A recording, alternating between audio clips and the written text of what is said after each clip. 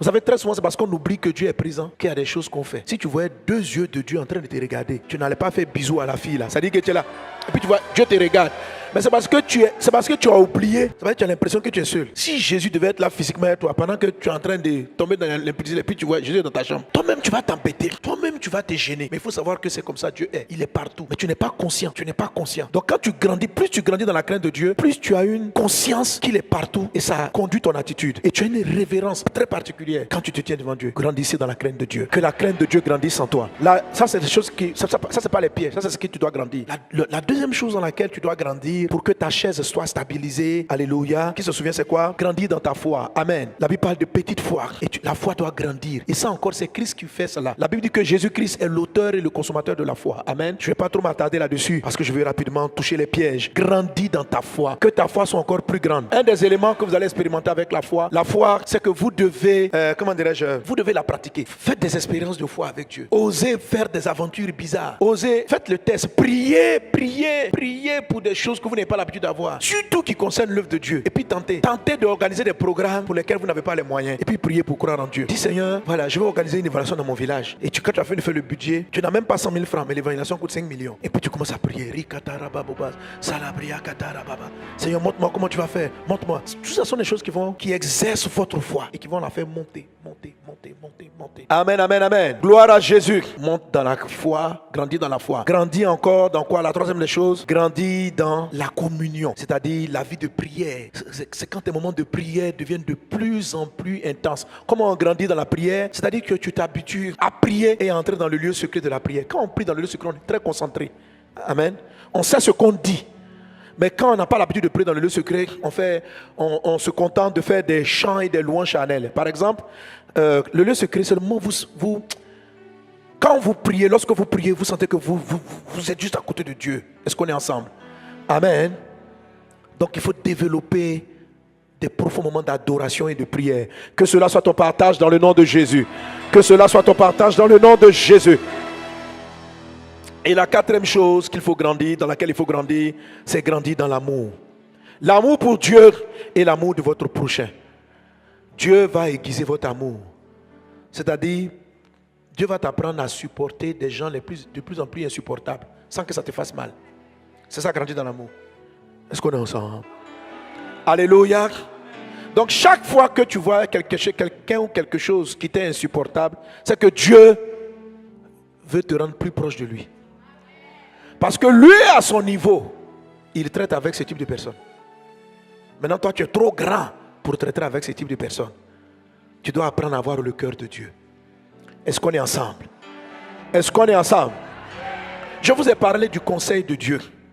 Que une des raisons pour lesquelles je suis resté, j'ai prié Dieu pour rester sur la terre, c'est parce que j'ai vu des hommes du conseil. J'ai vu ces gens de personnes-là. Et je te vois dans cette dimension dans le nom de Jésus. L'apôtre Ivan, dans son message, a beaucoup insisté pour dire, en fait, il y a une assemblée. C'est vrai qu'il y a l'assemblée des dieux, mais tous les chrétiens doivent être à une dimension élevée. Et je vois cela arriver dans le nom de Jésus.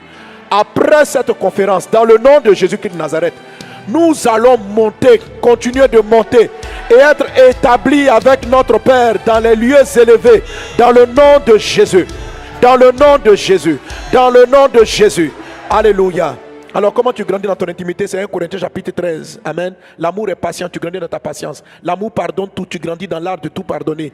Donc une personne qui arrive à te faire du mal que tu n'arrives pas à pardonner, c'est une personne qui te dit quelle est la classe d'amour dans laquelle tu es arrivé. Est-ce qu'on est ensemble? Est-ce qu'on est ensemble? L'amour croit tout, l'amour excuse tout. S'il y a quelqu'un qui t'a fait un mal que tu n'arrives pas à excuser, tu viens de découvrir au travers de cette personne à quel niveau de croissance tu es arrivé dans ton ascension vers l'intimité avec Dieu. Et tu dois développer l'art de dire, Seigneur, comme toi tu lui pardonnes, moi aussi j'excuse. Quand tu vas passer ce niveau, tu vas être en train de monter. Tu vas être en train de monter. Mais il ne faut pas simplement monter dans l'art du pardon et puis laisser la crainte de Dieu. Si tu montes dans ton amitié avec Dieu et que tu ne crains pas Dieu, à un moment donné, dans la gloire de Dieu, tu vas manquer de respect. Est-ce qu'on est ensemble? Est-ce qu'on est ensemble? Alléluia. Tu vas grandir avec Dieu, c'est grandir en amour pour Dieu, c'est ne mépriser personne. Plus tu vas monter, plus tu vas valoriser tous les hommes. Tous les hommes, même les plus méchants. Même les plus méchants. Je vous ai dit qu'une fois monté dans le conseil de Dieu, j'ai appris. Dieu m'explique. En fait, je crois que Dieu me prépare à ce que j'arrive là-bas. Amen. Donc il me fait comprendre pourquoi j'échoue souvent. J'ai dit, je rentre et puis je ressors. Je dis, mais qu'est-ce qui s'est passé? Pendant longtemps, j'ai eu des défis avec les méchants. C'est-à-dire que je ne trouve pas pourquoi Dieu laissait certains mauvais gars en présence. Je dis, mais il fait trop de mal à la terre. Il fait trop de mal à la terre. Et Dieu dit, aime. Il faut lui pardonner. Il faut prier pour lui. Lorsque vous voyez par exemple des personnes qui viennent faire des guerres, qui envoient la guerre, tu te demandes comme ça, comment Dieu a laissé vivant des Hitler? Tu as mal. Et c'est une chose qu'on a des difficultés à comprendre. Mais il faut grandir. Quand tu es enfant, il y a des choses que tu ne comprends pas. Mais plus tu montes, tu commences à comprendre la sagesse de Dieu. Alléluia. Ce n'est pas que Dieu est d'accord qu'une personne comme ça survive. Mais plus vous montez, mieux vous serez intercédé. Dieu ne veut pas que le méchant persiste longtemps. Mais, alors une chose que tu m'as montré, mais là j'écoutais plutôt un prédicateur, c'est pas quand je prêche, j'écoutais un prédicateur qui a sorti ça et puis Dieu m'a dit, tu vois, c'est un élément que tu le comprenais, mais je t'ai mieux expliqué cela. Et je vous l'ai dit la dernière fois, il est en train de lire donc, il a cité les généalogies de Caïn. Et quand vous lisez l'histoire de Caïn en Genèse, chapitre 4, Dieu dit à Caïn, si quelqu'un te blesse, te tue, tu seras vengé 7 fois. Caïn a fait une prière. Caïn, le meurtrier de Abel. Pendant longtemps, ce passage-là m'a gêné. Et puis, il y a un autre fils de Caïn qui était encore plus méchant. Le mec, lui, il a tué encore. Et puis, il dit, si quelqu'un veut se venger, si mon père, là, lui, c'est 7 fois, moi, son enquête multipliée. Et c'est à partir de là qu'on est arrivé à pardonner aux méchants 7 fois 77 fois. Amen. Alors, mais quand vous continuez, vous regardez la descendance de Caïn, vous allez remarquer que celui qui a eu la révélation des instruments de musique, le fabricant des chalumeaux, le premier instrumentiste descendait de Caïn. Le premier qui a fait les villes descendait de Caïn. Les premières personnes qui ont appris à utiliser, à maîtriser le fer. Donc tout le système d'invention sont sortis de Caïn. Et c'est là l'Esprit explique. Il dit, tu vois, quand vous voyez le méchant, vous voyez le méchant. Bon, quand je le regarde, je ne suis pas dans le temps, je suis au-dessus du temps. Je vois lui et je vois ce que ses gènes transportent. Dieu a tout mis dans Adam. Dieu a tout mis. Les voitures existaient depuis la création. Tout a été mis. Mais celui qui devait les amener sur la terre devait naître en son temps et manifester certaines choses de Dieu. Les gens transportent des remèdes. Écoutez, quelquefois, le méchant est là. Mais il se trouve que malheureusement pour lui, il est devenu méchant. Mais à l'origine, Dieu avait mis dans sa vie celui qui allait trouver le dernier remède définitif et puis finir le cancer. Alors quand vous voyez le drame que le cancer crée, lui si tu le tues, je veux que vous compreniez que Dieu n'a plus rien créé. Pas qu'il n'a plus rien créé. Tout ce qu'il a créé, c'est dans les 7 jours. Ça veut dire que toutes les autres inventions qui sont arrivées sur la terre par la suite, c'est Dieu qui les a faites. Mais il les a déposées dans l'homme, Adam. Et Adam a eu 2 enfants. Il y a Caïn qui est parti du côté du mal. Abel est parti du côté du bien. Il y a des inventions et des créativités qui sont descendues dans la descendance d'Abel.